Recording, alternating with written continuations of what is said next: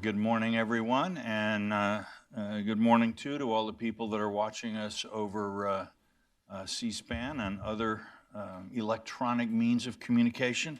Very, very happy on behalf of Hudson Institute to welcome Senator Chris Murphy from Connecticut to join us in a series of dialogues that we've been having here at Hudson over the last few years with a range of policymakers and important contributors to the American foreign policy debate from both parties, from many different points of view. This is partly out of Hudson's commitment to serious intellectual engagement over serious questions. It also reflects my own view as an analyst of American foreign policy that if you look at the history of American foreign policy, often our policy works best when you have many voices with different points of view, and out of that sometimes contentious series of exchanges emerges ideas, compromises, directions that no single American school of thought might have come up with on its own. If you think about it, that's a little bit the way our Constitution worked. Jefferson hated the Constitution. Hamilton thought there were terrible compromises. Franklin wasn't all that pleased with it. The Constitution as it came out was maybe a bit better than any of the founding fathers, than it would have done if any of the founding fathers had been able just to write what was in their own head. So in that spirit, I hope we're going to have an interesting conversation today. What I plan to do is to begin by exploring with Senator Murphy's series of ideas. A lot of them are related to a very interesting article he has recently published in the Atlantic magazine. And I want to look at some areas where I think his thoughts and those of a lot of people around Hudson might overlap, some places where I think there's some tension between the ideas that he was expressing and things that you might hear around here, and then some places where I just want to press him a little bit further and find out a bit more clearly what he really thinks. Beyond that, he's very graciously agreed to accept questions from the audience. We're going to do that in the form of asking you to write a question down. Our staff will then collate them and try to put them together. Our goal here is to make sure that the audience time is used in the most efficient way possible, reflecting the questions that seem to have the widest interest among you. So with no further ado, we'll get started, and it's wonderful to be here and to be with you, Senator. Thank you very much for having me. I'm looking forward to it. Okay, well, as I read your article and looked at some other things that you have been talking about over the years, one thing that really struck me was that you seem to share a sense of concern both about a new authoritarianism and maybe about China and Russia's role in promoting this, that has begun, I think, in both parties and both on the left and the right to have more salience in American foreign policy conversations. How do you see this new authoritarianism as a challenge to the United States or to our values and security? Well, thank you very much again for having me here. Really look forward to the conversation. I'd maybe refer back to your opening remarks in which you referenced the founding of our nation. I still believe that this is an experiment. I still think that the whole concept of democracy as a means by which to run a country is unnatural, in the sense that we don't really run anything else that's important to us in our lives through democratic vote, right? Whether it be our family or our workplace. We tend to think that there are other governance structures that make more sense for other things that are critical to us. And so I think we have to have a sense of that fragility and understand where the threats to our experiment come. And in so far as Vladimir Putin has sort of made his model of governance more attractive to those around his periphery, has made people from Erdogan to Orban start to think about sort of slow, sly ways to transition democracies to something that looks more like autocracy, or China's ability now to export the tools of autocratic rule, many of them technological tools, to others who may want to pick them up. I think we've got to see these threats as very, very real. I think we also have to accept that the more democracies there are around the world, the safer American interests probably are. It's a little bit harder for democracies to go to war with each other, dragging the United States in, harder for terrorists to organize in a democracy. And so we should be in the business of protecting ourselves from tools and models that may ultimately find refuge on American soil, but we should also just recognize that the advancement of democratic interests also tends to avoid the United States having to be embroiled in controversies and conflicts overseas. And so my point in the Atlantic piece is that, well, you are certainly going to get a Democratic president who is going to be skeptical about large-scale military operations overseas. I don't want my party, and I don't want my party's foreign policy platform in 2020 to be about retreat from the global stage. I want us to be involved in a conversation, engaged in a conversation about how to see the threats, how to see how different they are than what they might have been 50 years ago, but still have a strategy to confront them outside of the confines of the United States. Well, this struck me as one of the real points of both difference in American politics as a whole, and maybe points of similarity that is a bit more bipartisan than people understand, is that there's probably in the public at large, there's a certain sense that maybe there's less reason for the United States to be globally engaged than in the past.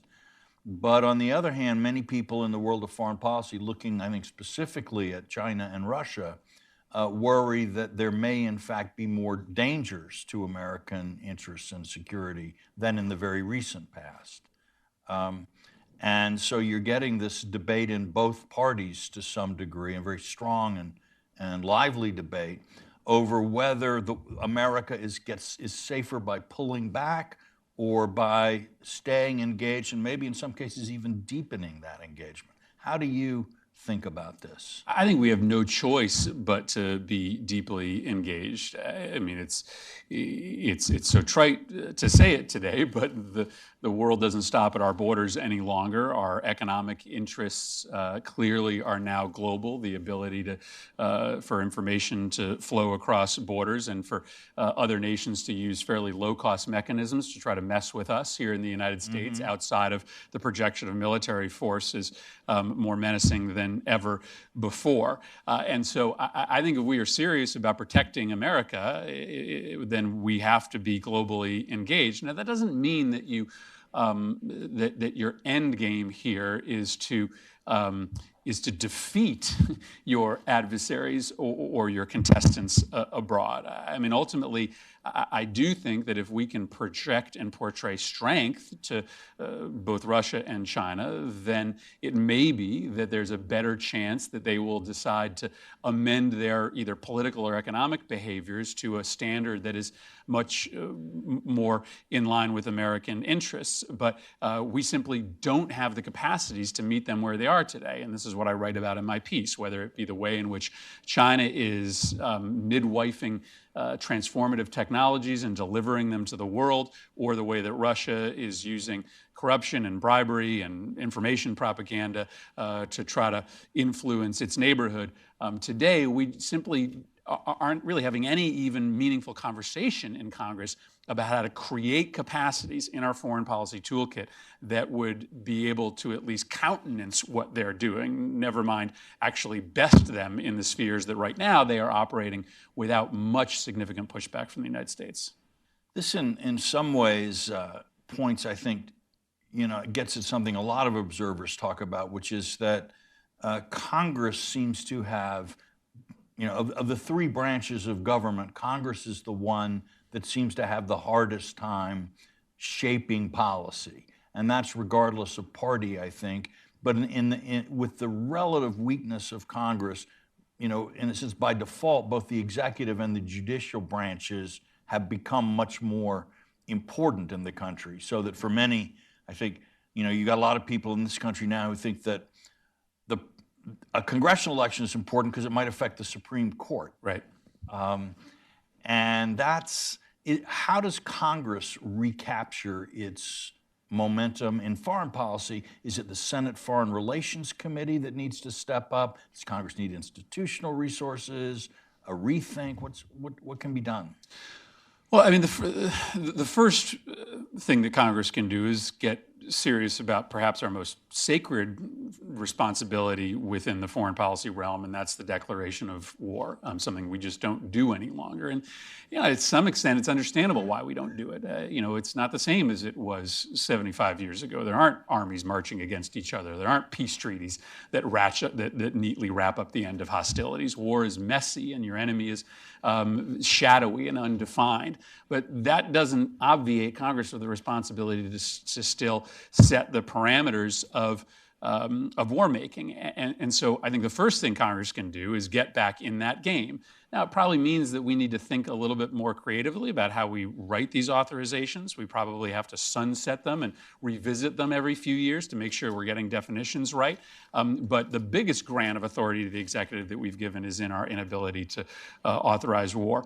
But the point I make back to this piece is that so much of, I think, what ails American foreign policy today is a lack of capabilities. We say Russia acts asymmetrically because we don't have anything to meet what they're doing to use their energy resources to bully neighbors or run RT 24 hours in countries around the world. So Congress could just decide to create new capacities. Now, we wouldn't manage those new capacities, but if we gave them to the executive, it would be better than what we have today. We did this, for instance, in a very small way a few years ago when Senator Rob Portman and I wrote a piece of legislation establishing a new counter-propaganda operation at the State Department. Now, it's relatively meager in scope and size. It's $60 million. But for the first time, the State Department had to sort of think about what they would do if they really wanted to be present in fighting the information wars in and around Russia.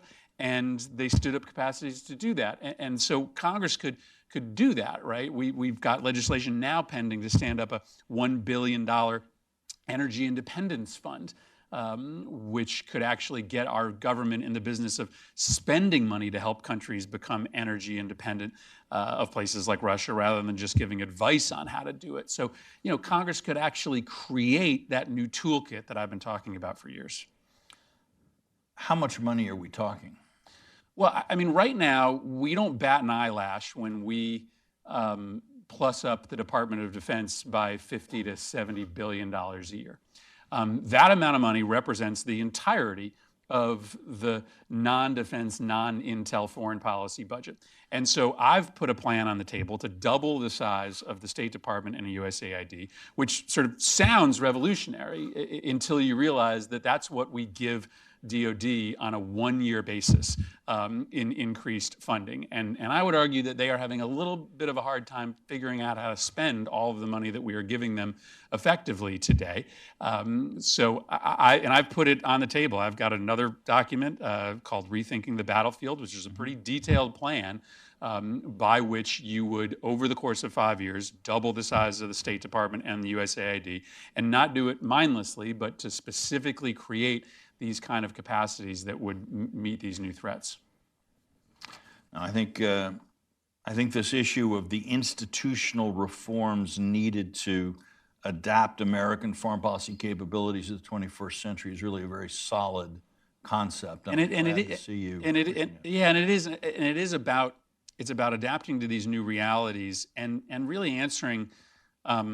What the Department of Defense has been very good at is being adaptable, right? It can move into places very, very quickly. If you want it to, try to give advice to farmers in Herat province in Afghanistan, it'll find a way to tell you that it's doing it. It's generally not doing it very effectively, but it'll find a way to say yes. The State Department is not in the business of saying yes. The State Department is largely in the business of saying no. It has money that is sort of criminally siloed, that can't be moved from place to place. And so you've got to create not just additional money and authorities, you've got to create additional flexibilities outside of the Department of Defense. My critique on Syria is that, 2,000 Marines or soldiers really weren't going to do the trick in a place that needed diplomats and political help to try to figure out how to create a governance structure in northeast Syria that the Arabs, the Kurds, and the Turks could all live with. And so you've got to create the ability for diplomats to get to places that they didn't used to get to before. So it's about flexibility, it's about new capabilities, it's about new funding. You know, one thing on the State Department capability that I've noticed, because over the years I've done a lot of visits and lectures, so I visited a lot of embassies and consulates and so on, and in some very interesting places. I've noticed that where we need the diplomats most, they only stay for a year. Yeah. You know, that in the sort of dangerous hotspots, American diplomats are usually stationed for just 1 year rather than the normal 3-year tour. And because people are getting on leave and they don't all come in and come out at the same time, there's such churn, it's very hard to function. Is there a way to fix that? Can Congress do something? Yeah, of course there's a way to fix that. It's not an easy assignment to go to a place that's incredibly difficult, but nobody signs up for these jobs understanding that it's going to be easy. I mean, the structure of our assignments for the State Department frankly, has not changed in decades. And, when it was a bipolar world in which you just sort of had to understand the basics of, how you argued against Soviet expansion and for American expansion, you weren't dealing with all sorts of contestants that were vying for space. Maybe short-term deployments made more sense. But today, by the time you learn the Afghanistan beat, you're 10 months into a 1-year turnaround time. And once again, very quietly, the Department of Defense has started to think about how to deal with that. So yes, the young soldiers go into these places and come back out in about a year. But special operators don't, right? Special operators have expertise in parts of the world, and they stick around below the radar screen, but long enough so that they develop contacts and an ability to understand the nuances of places. The State Department needs to catch up. I think you're right. Every U.S. president since Bill Clinton, I think, has tried to build a constructive relationship with Vladimir Putin. We've had resets, we've looked into his eyes and seen his soul, we've done all kinds of things, but we seem to end up with the same relationship, a hostile relationship. Is that just it? He's not going to say yes and we have to kind of take no for an answer here? Or is there a way to rethink U.S.-Russian relations? Yeah, I think at some point you have to learn the lessons that are in front of you, there is a psychology to Russia that does not lend itself to cooperation with the major power that helps to organize the rest of the world. And I think you have to understand that about the very foundations of Russian psyche, but you also have to understand that Vladimir Putin has done nothing to suggest that he's interested in anything other than using the United States as a political fulcrum to be able to control his own population. That being said, I don't mean to keep sort of beating a dead horse here, but we simply put him in a position to win when we continue to drive our spending towards aircraft carriers and drones instead of figuring out that really what would make him most nervous is to have countries around his edges who don't need his oil and his gas. And today, all we're left to do is kind of bully countries into not building a Russian pipeline instead of actually going with hard dollars to help them build, any suite of domestic energy sources, whether they be nuclear or solar or wind or interconnections to other places. We spend $4 billion every year on the European Reinsurance Initiative, and I don't think that's money badly spent, but query whether Putin would worry more if we spent $4 billion trying to wean countries around him off of his revenue-making product rather than on brigades deployed in NATO countries that he's not likely going to invade with his conventional army anytime soon. So you're saying that kind of if Poland had gone into fracking, it might be better off, and Russian money actually went into trying to prevent that. Yeah, fracking is not a terribly popular practice in Europe these days, but that should be, again, I think we should be if you really think about how you would spend anew, $600–700 billion a year to make our country safer and to give those who wish us ill a little bit harder time. I don't think you'd choose to spend zero on making other countries independent of the main revenue source of one of your primary adversaries.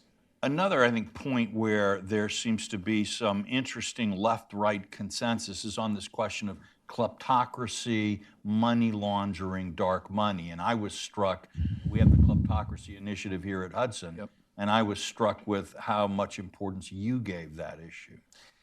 Yeah, I mean, it's the most it's the most old-fashioned means of trying to project your influence is to just buy it, and to use old-fashioned intimidation and bribery and graft to try to win people to your side. And in a world in which it is very easy to sort of cloud the truth, to create a narrative in which no one believes any narratives, that provides cover for this kind of old-fashioned corruption. And yet again, we are very badly resourced to meet that threat overseas. If you go into any of these embassies today, you are going to find, a handful of political officers who are charged with doing a whole ton of things, one of which is running anti-corruption programming. And so why not recognize that this is a real-life daily tool of all sorts of countries, not just the Russians, and create a classification of foreign policy officers dedicated only to corruption?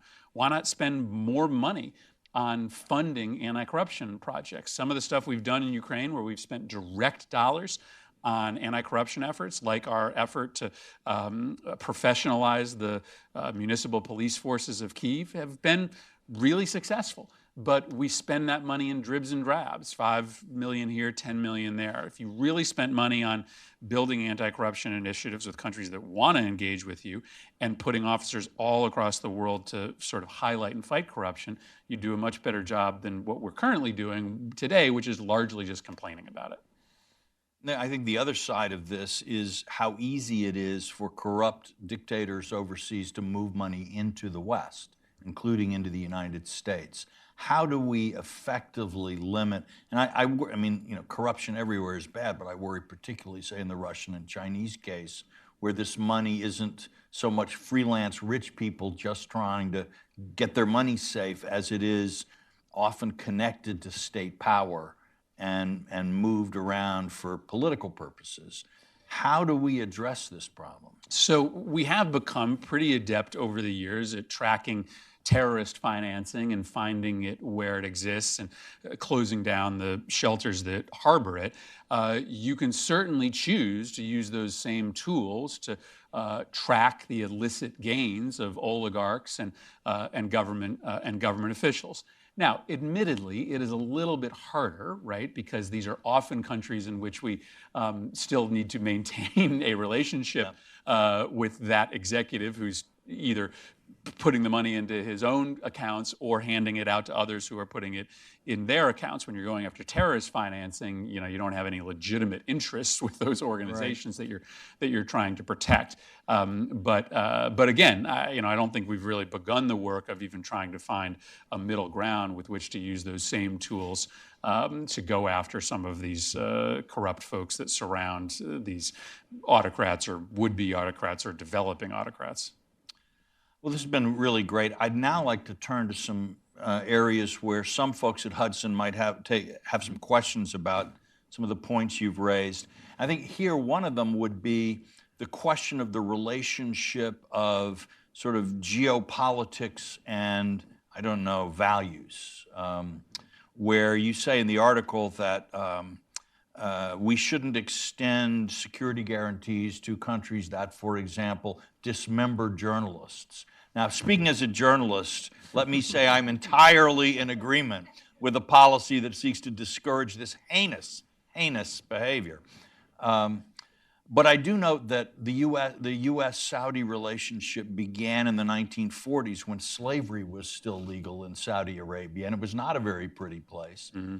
And that Franklin Roosevelt, who might have been the most progressive president the United States has ever had in terms of real accomplishments, made an alliance with the worst mass murderer of the 20th century up to that point, Stalin, because he really felt he had no choice. So clearly at one end of this, geopolitical necessity can overcome even the horror of Stalin's camps. On the other, you don't want to just simply, raise the white flag and say, well, morals are for other people. How do we balance this? So I guess I try to answer that very simply, in that I don't necessarily buy that we should create two different categories, one in which there are U.S. interests and the other in which there are U.S. values. I think we should think of values like democracy, promotion, and human rights as interests. And I think that it was easy to sort of sort them into different buckets when you believed that the world was just on this inexorable march towards everyone having access to democracy and full civil liberties. I think 1990s, everything is good. Right, exactly. So we're having I think we're seeing things swing back around the other way, and thus we have to see democracy promotion or the advancement of human rights as a critical U.S. interest today, because I believe as dictators get more nimble and stronger overseas, it may ultimately give more ideas to folks in the United States who might want to go about the process of converting our government into something that looks very different than what we have today. So I would simply put those conversations all together. And that doesn't necessarily mean that you write off every country that has a less than stellar human rights record. You just don't see them as two separate conversations. I think Saudi is just an example of a country that has crossed that line. I think they have crossed the line to which our signal in continuing a fairly no questions asked alliance is an invitation to other nations to engage in that similar behavior, which I think ultimately is a risk to us. I also make the specific argument with Saudi Arabia that even if you sort of want to look at this merely through the question of non-human rights, non-democracy connected national security interests, the way in which the Saudis historically have funneled money to the brand of Islam that forms the building blocks of Sunni extremism is an argument to treat them more like an adversary rather than as a friend. So on Saudi, I think I can argue both the sort of strict national security case and the human rights and democracy promotion case. I'm certainly not trying to make a case for MBS, but my understanding is that actually he has been giving us more satisfaction on stopping the flow of funds to terrorist organizations and less on other issues, so that in some ways he's an improvement from that security point of view, even if in others he's a disappointment and sometimes a bit rash. I think the jury's still out. There is clearly much less complaints about funding moving directly from the Royal Treasury into political organizations abroad that we would disagree with.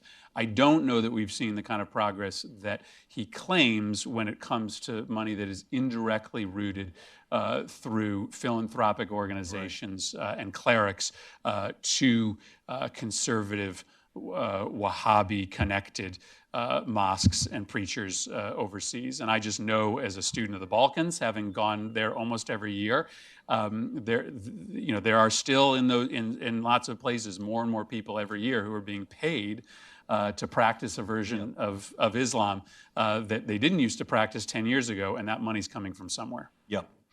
No, that is definitely the case. But if the Saudis were to be more cooperative on that front, do you think that would change the balance in your mind? I think, and I guess that's my point. I think it would. I think if you view them all together, right? If you view your concerns about human rights and democracy promotion together with your concerns about other more conventional security interests, then you can balance one against the other. So I don't think that progressives should adopt a framework in which we say to countries that don't share our values on democracy or human rights, that you're never going to be a partner with the United States. I think we just maybe have a higher bar for your behaviors in other contexts if you're not meeting our asks on those other issues.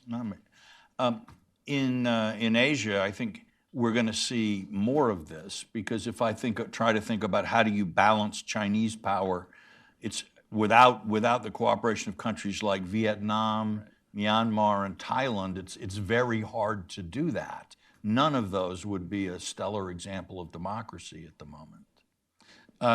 That's exactly right. And again, I think you've got to find ways to challenge them to step up to the plate on other U.S. security interests. One of my critiques of the Democratic Party is that we have been, particularly in Asia, too reflexively antithetical to trade agreements. I don't think that you can get in the game in Asia unless you have a trade framework by which you can sit across from even countries that have bad records on human rights and democracy promotion and ask them to give something economically to the United States. We just don't have a framework through which we can do that. So, I would argue for the next Democratic president to get back into the game on an Asian trade deal. Maybe it doesn't look exactly like TPP. In fact, it won't look exactly like what TPP did, but it would give you the platform to have those discussions where you could make non-human rights, non-democracy asks of countries and see how they respond. Right.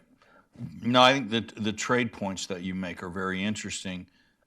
I don't know how you square the circle of a trade agreement that the labor unions will like, that the green movement will like, that American exporters generically will like, and that other countries will like. Is there a sweet spot in there, and how do we go about looking for it? Because I'd agree with you that it's important. Yeah, and I guess my my belief is that we should try to find that sweet spot, that you might not be able to get an agreement that all Democratic constituencies would sign on to. But again, I'm not sure how you protect our interests in that part of the world if you aren't willing to try. I think our criticism has been that the sort of starting point for these trade agreements in the past has been to smooth out as many corporate complaints as possible, and then on the back end try to figure out ways to get the labor unions on board. And I think if you're approaching these agreements sort of first through a workers' lens and trying to get as many of the corporate complaints satisfied as you can, you could probably get to something that a lot of folks in Congress on both sides of the aisle could support. Okay, so you'd hope to see a revival of the trade agenda. I would, and that may not, make me super popular amongst, all of my progressive friends, but I think there's a way to do better on behalf of core Democratic constituencies in a new framework. I did want to ask you a bit about climate diplomacy, because you certainly list climate change as one of the big new issues. Although it's interesting you include it in a very long list, while I think some Democrats would put it at the top of a much shorter list. So that's an interesting difference in emphasis. Clearly, going back to the Paris Climate Accords, even from the standpoint of most people in the green movement, would only be a first step. What do you think American climate policy should look like? So I think that is my worry, that I think there's a lot of folks who will cheerlead when we sort of sign back up for Paris and not realize that that still is a non-binding commitment on nations. We are not alone amongst the nations that signed it that aren't following through on it. How many are? It's very small number. Yeah, it's very small numbers. Yeah, I mean, this is a much bigger, longer discussion. I think President Obama had it right, which was that he was elevating this issue in all of our bilateral conversations. And I think a Democratic president is clearly going to have to sort of put this at the top of the list anytime you're sitting down with the Indians or with the Chinese. I think it's very hard for us to win any of those arguments if we're not going to pass a piece of legislation domestically which reprices carbon. And so I don't know that we will ever be successful in international diplomacy so long as everyone perceives us as talking a talk that we're not willing to walk at home. And so whether it be a carbon tax or a renewed effort at a carbon cap, I just am not sure any of those bilateral wins are possible unless we engage in some domestic legislation that shows that we're willing to lead by example. I think that maybe the most fundamental question, at least as I look at American foreign policy, is that during the Cold War and for some years after, we had essentially an Atlantic foreign policy where the Europeans were our primary partners. And in a sense, Europe was the primary theater of operations, especially during the Cold War. And in that case, what the Americans had to offer our allies was sort of ideological solidarity. European and American values, while different in some respects, are pretty much aligned in many ways. If we go to an Indo-Pacific centered foreign policy, which we seem to be forced toward, that ideology is less attractive. You can go, I've been speaking to people in India, and their goal is not to westernize India, but actually to promote Hinduism, Hindutva. Other countries in Asia would recoil from an American foreign policy that was seen as trying to impose Western, in their mind, colonial values. How do we, in some ways that seems like a harder transition for the Democratic Party to make than for the Republican Party to make, even though I would say both parties face real challenges in this. How do you think we manage this, or is the problem as bad as I think it is? Well, I think you have stalwarts of democracy promotion and human rights promotion in both parties, and so I don't think this is I don't think this is a conversation that's exclusive to one party or the other. No, again, I just think today we don't necessarily even have the tools with which to make these arguments abroad. We don't have the dollars to spend on democracy promotion. Part of the complaint I have with our inability to meet propaganda coming out of China or other nations is that they essentially exist in a vacuum, making their arguments without the kind of counter-narrative from the United States that we used to make in Russia's periphery, that we maybe should be trying to make in China's periphery today. So I would stand up, additional capabilities that we simply don't have today. I get it. I don't disagree with you that it is unrealistic for us to think that we are going to sort of replace ethoses that exist in places like China and India with ours, but our ability to at least put forth a different narrative, I think, helps rather than hurts. That makes sense. There were two words that you didn't mention in the piece that I thought were in some ways striking. One was the word Israel doesn't appear in your article. How do you see, we may be looking at a post-Netanyahu Israel or not, one still can't tell. Where do you see U.S.-Israel relations going in a new administration? So we were talking about this a little bit on the way in. My piece is not not intended to be a comprehensive narrative. That was not a criticism, by the way. It was an observation. Not intended to be a comprehensive narrative of what progressives or Democrats should be talking about with respect to foreign policy. I think as the region gets messier and messier, we need to be as hyper-concerned as ever about Israel's security.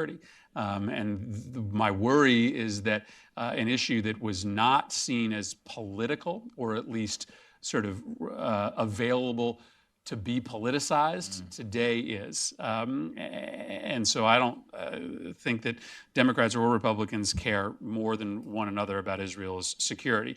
But what I do know is that historically, when we have been able to make steps forward on progress for peace in and around Israel, it's been the United States who's acted as a broker between the Israelis and the Palestinians. And in order to be a broker, you have to be perceived as delivering tough messages to both sides. That is not a position that we are in today. The Trump administration is effectively a political arm of the Netanyahu government. That means that we have no ability to honestly broker discussions and negotiations between both sides, and there's no one else that can really fulfill that role except for the United States. My great worry is that Netanyahu and Trump together have taken steps that have potentially made a two-state solution almost impossible. And having been there recently, it is remarkable how that is the narrative on the ground today, that people are almost moving beyond that conversation to just trying to manage an apartheid state that will exist for the next 50 to 100 years. And I think the question that will greet the next Democratic president is whether it is too late, right? Whether there are things that you can do, perhaps in conjunction with an Israeli government that's more willing to try to get back to a two-state reality, that make that future possible. By the way, again, when it was in no way trying to criticize the senator for not including Israel. As someone who writes short pieces for periodicals, I find the most irritating criticism is when people tell you, why didn't you write about X? Right. Because you know if you had, you wouldn't have written about Y, and then someone else would be saying, why didn't you write about Y? Right. So I don't mean this in any way as a criticism. I'm just trying to elucidate some more ideas. The other word that surprised me in a way that I didn't see, again, not a criticism, was Japan. That when I think of democratic countries in Asia who are great powers and who are going to be vitally important in America's future, Japan, Australia in its way, a few others leap to mind. What place do you see, how do you see the U.S.-Japan relationship, and what should we be doing to develop it? One of the reasons why I've been so concerned about this administration's policy towards North Korea is that the only means by which you are able to either mount an effort to convince North Korea to think differently about their nuclear weapons program, or B, create a system of protection and deterrence should we be unsuccessful in convincing North Korea to change their mind, is to have a policy by which the United States, Japan, and South Korea are aligned when it comes to foreign policy priorities. And we are not aligned with Japan today. The two leaders may have a close personal relationship, but our inability to bring Japan into the trade negotiations that we're having with China make those negotiations harder and leave Japan on the sideline, and our unwillingness to coordinate with anybody when it comes to North Korea diplomacy has left Japan often surprised, and ultimately in the long run makes containment, which may end up being our policy. It frankly is our policy today. And has been for maybe 20 years. For maybe 20 years, and will likely be our official policy, a decade from now. Containment is made much harder if you aren't showing up every day trying to keep Japan, the United States, and South Korea together, something this administration has not done as it sought to get this bilateral deal with very little help from other partners. Well, this makes a perfect segue into the first question from the audience, which is about the North Korea talks. And they're asking, what is the prospect for U.S.-North Korea denuclearization talks to resume, and what kind of progress do you think is possible? So I think that Kim has gotten a lot out of this relationship thus far. He gets a almost complete pass on the treatment of his own people and the projection of cyber warfare onto U.S. shores by this focus on showy photo op after showy photo op. It has maybe gotten us less testing activity over the course of the last 2.5 years than we've gotten in the past, but there's all sorts of other evidence to suggest he continues to move forward with the development of his program.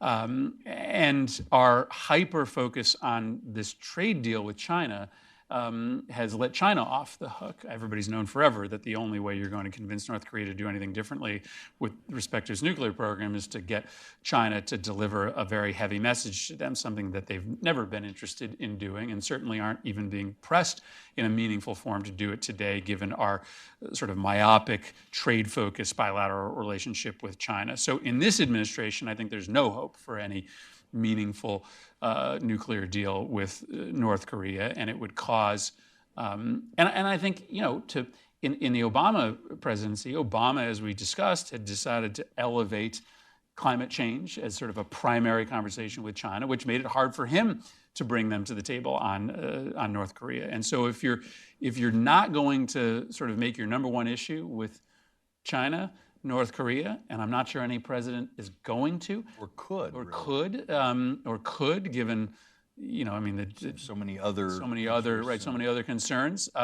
Then again, you may be in a world in which you have to, be looking towards containment as not your unofficial policy, but your official policy moving forward.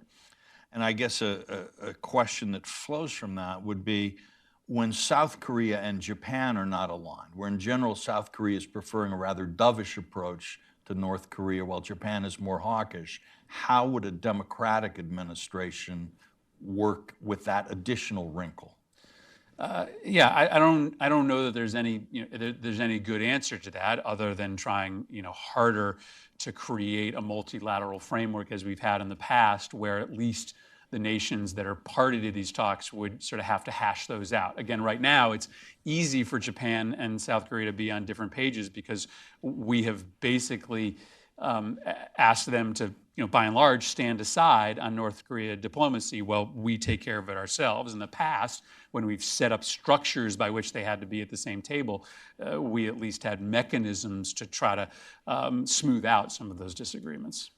We have another question here from the audience on China, noting that the Senate will be voting soon on the Hong Kong Human Rights and Democracy Act, but also wondering where we have American companies, whether it's the NBA with its approach to China, or Hollywood movie companies sort of downplaying messages that China might not like. How do we deal with this? I think in the current context, it's really hard for the American government to be telling private companies that they should stand up more strongly for human rights in Hong Kong or in China, when reportedly the President of the United States told the Chinese government that he would shut up about what was going on in Hong Kong pending the trade negotiations culmination. So I think it's as much distaste as I may have for the decisions that companies like the NBA have made. I think until we decide to make it more of a domestic priority from our own government, it's hard to tell private companies how to act towards China. How would you handle that balance? Suppose hypothetically the U.S. was engaged in trade negotiations with China that were important and politically important, and at the same time something like the Hong Kong situation arose. How do you balance these things? It seemed, I know President Clinton, when he first came in, said we needed to prioritize human rights over trade, and then gave up on that. Right. Yeah, I guess it depends on the consequence of the economic negotiation. Again, what I'm arguing for is not a construct in which these two are mutually exclusive, that you have to walk away from non-human rights and non-democracy related issues if you're unsatisfied in the asks you're making in those two categories. So, if you ask somebody sort of how they balance something on their finger, they probably can't explain it to you. They just do it. Ultimately, if you are actually elevating the human rights and democracy conversations, it would depend on how heavy the considerations you're being offered are on the other end.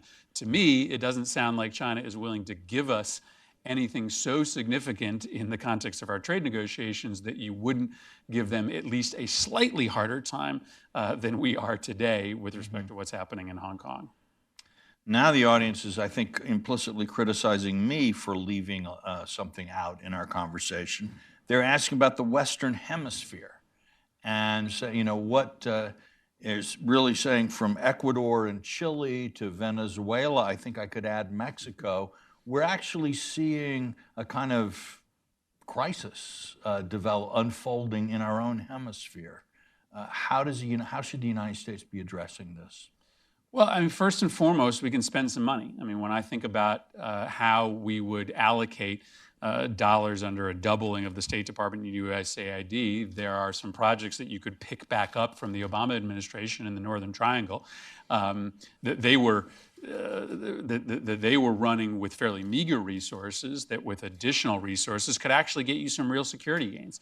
And so if migration continues to be something that both parties are going to care deeply about, and we should, then we should be spending real money to help some of our poorer partners in the hemisphere try to stand up security apparatuses in which less families feel the need to run to the United States. On Venezuela, I've been one of the few willing to be pretty critical of the president's strategy there. I'm very worried about Venezuela just becoming the next Cuba, in which we apply sanctions perpetually that ultimately get us nowhere because we sort of don't understand the domestic political arguments that are being, well, we don't understand domestic political alignments in which way too many people are getting way too much from the current regime to turn a cheek.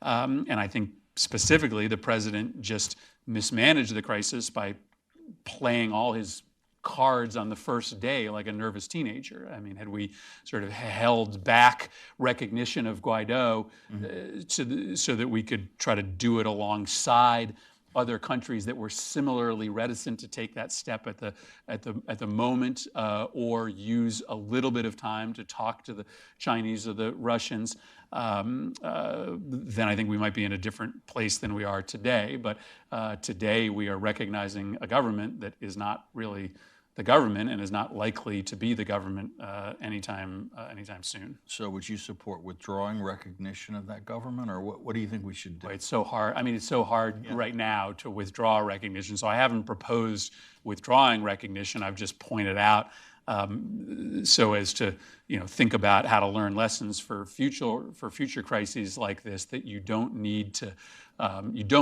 to recognize a contestant government on day one. You can use it as leverage to try to manage a situation. And of course, our inability to have any dialogue with Cuba does not help here. Had we spent the last 2.5 years continuing to try to work out a new diplomatic arrangement with Cuba, maybe we would have been able to manage this crisis in Venezuela. I wouldn't have wanted to be one of the U.S. diplomats sent to Cuba with what happened to the last ones with those mysterious brain injuries. But here's my, that's the same reason I don't want to go into the Saudi consulate in Istanbul. But maybe I take all these things too personally. Yeah, listen, I think there are all sorts of reasons why, even with 2.5 more years of diplomatic thawing, the Cubans still would have had lots of reasons to continue their investment in Maduro, but we just don't know the answer to that, because instead of trying to get to a point where we could work with Cuba on things like Venezuela, we once again got back to the business of shutting them out. Okay. Another member of the audience would like to know what you think of the state of our relationships with some key U.S. allies. They specify Canada, the UK, and the EU. Where are we in those relationships, and what should we be doing? Well, I certainly don't think we should have cheerled Britain out of the European Union. I think the European Union and NATO are these key post-World War II constructs that have I think accrued to the great benefit of the United States. More democracies, the better. More trading partners, the better. And I'm very sad that we have a president who has helped weaken an already very weak European Union. I think in the long run, Britain will be much worse off because of their departure, but I think the United States will be as well. And I am equally sick about our decision to sort of view Canada as an economic irritant. We have legitimate economic issues with them that often force us to take some tough actions, but they still are our most important trading partner. They could be a much better security partner than they are today, and we've managed somehow to get that relationship wrong. I guess you're kind of a Balkan hand in some ways, and know the area pretty well. What do you think are the implications of the French decision to block the accession talks for North Macedonia and Albania? And is there a role for the U.S. in this? And what can be done? What needs to happen now? Yeah, I mean, listen, whether or not the EU has officially been closed or not, they've been closed for the last half a decade as they've been managing through sort of existential crisis after existential crisis. And that comes at great cost to stability in the Balkans. I remember parachuting into Belgrade the very night that a drone parachuted into a football match between Albania and Serbia with a map of Greater Albania on it. And you can't imagine anything worse than to get under the skin of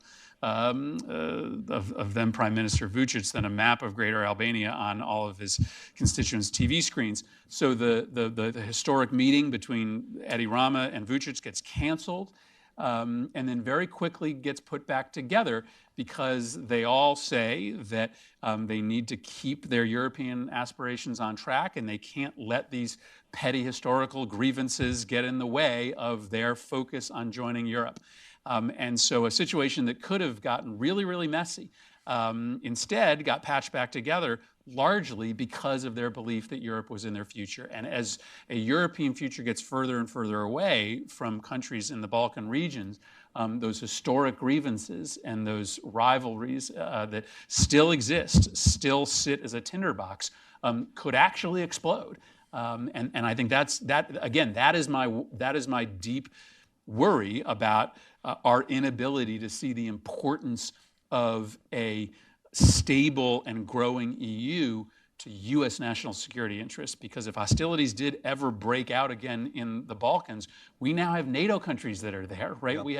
We have a treaty obligation to defend those countries, and so their ability to see a future in Europe is dependent on our ability to stay out of Balkan conflicts in the future.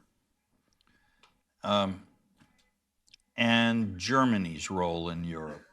Is there a way, I mean, I think many people feel that Germany has got a kind of almost strategic paralysis, not able to pony up for NATO, not able to really make a clear understanding of its energy policy or a vision for Europe. Am I wrong about that, or?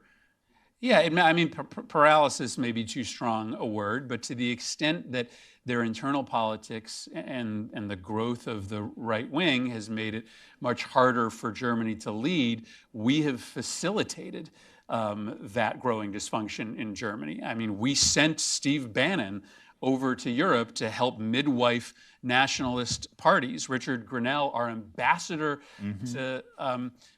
to Berlin, made amongst his first official initiatives the display of his enthusiasm for right-wing movements and political parties. And so, it should worry us all that that the Alternative for Germany party just scored about a quarter of the vote, admittedly in a series of eastern provinces that are going to be sort of less friendly to European integration. But that's a big number for a party that harkens back to the Nazi era. And again, they're modeling behavior in the United States. We should be fighting those political movements rather than having an administration who is lending fuel to the fire.